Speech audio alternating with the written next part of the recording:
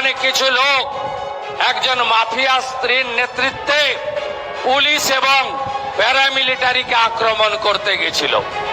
আমি এখানে এসপি সাহেব আছেন, আমি বলে গেলাম ভিডিওতে যতগুলোকে ছবিতে দেখা গেছে কেউ যেন বাড়িতে না থাকে, তাদেরকে আইনের আওতায় আনতে হবে এবং ভারতীয় ন্যায় সংহিতার অন্তর্গত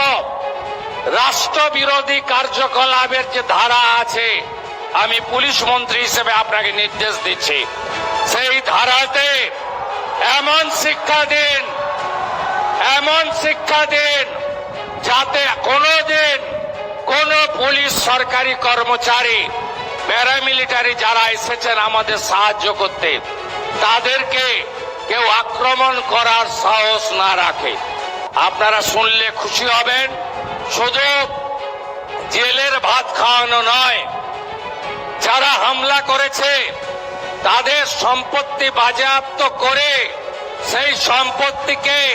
নিলামে চড়ানোর কাজও আপনাদের ডবল ইঞ্জিন সরকার করবে।